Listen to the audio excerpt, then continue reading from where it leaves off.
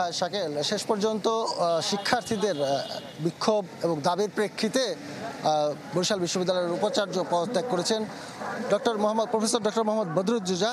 কিছুক্ষণ আগেই তার পদত্যাগপত্র সেটি পৌঁছেছে বিশ্ববিদ্যালয়ের রেজিস্ট্রার মোহাম্মদ মনিরুল ইসলামের কাছে। তিনি আমাদের কাছে বলেছেন যে তিনি কিছুক্ষণ আগে পদত্যাগ করেছেন। আমরা সেই পদত্যাগপত্র দেখেছি যে ব্যক্তিগত এবং পারিবারিক কারণ দেখিয়ে ডক্টর মোহাম্মদ বদরুজ্জোজা ভূঁইয়া তিনি পদত্যাগ করেছেন। এবং এর আগে বিশ্ববিদ্যালয়ের যে প্রক্টরিয়াল বডি রয়েছে সেই প্রক্টরিয়াল বডির প্রক্টর প্রফেসর সহযোগী অধ্যাপক ডক্টর আব্দুল কাইয়ুম এবং তার যে সহযোগী বডির যে 7 সদস্য তারাও পদত্যাগ করেন।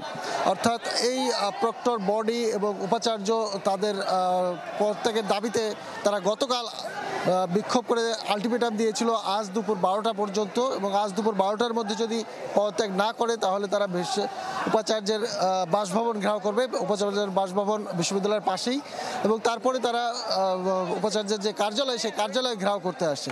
তো মূলত এই দাবির মাঝেই 12টা বাজার সাথে সাথেই শিক্ষার্থীরা বাসভবন ঘেরাও করতে যায় এবং তারপরে উপাচার্যের কার্যালয়ে আসে।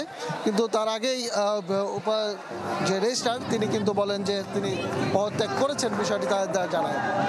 সাথে সাথে শিক্ষার্থীদের মধ্যে এই খবর পৌঁছানোর পরে তারা আনন্দে উদ্বেলিত হয়ে পড়ে বিশ্ববিদ্যালয়ের সামনে থেকে তারা বিজয় মিছিল বের করে। এবং এখন দেখতে পাচ্ছেন, রানা আপনাকে ধন্যবাদ আমাদের সঙ্গে যুক্ত হওয়ার জন্য। খামেরা তো দাগ হয় কিভাবে? এই যে ভাবি, দাগও যাবে রাগও যাবে, নিন চাকা সুপার হোয়াইট।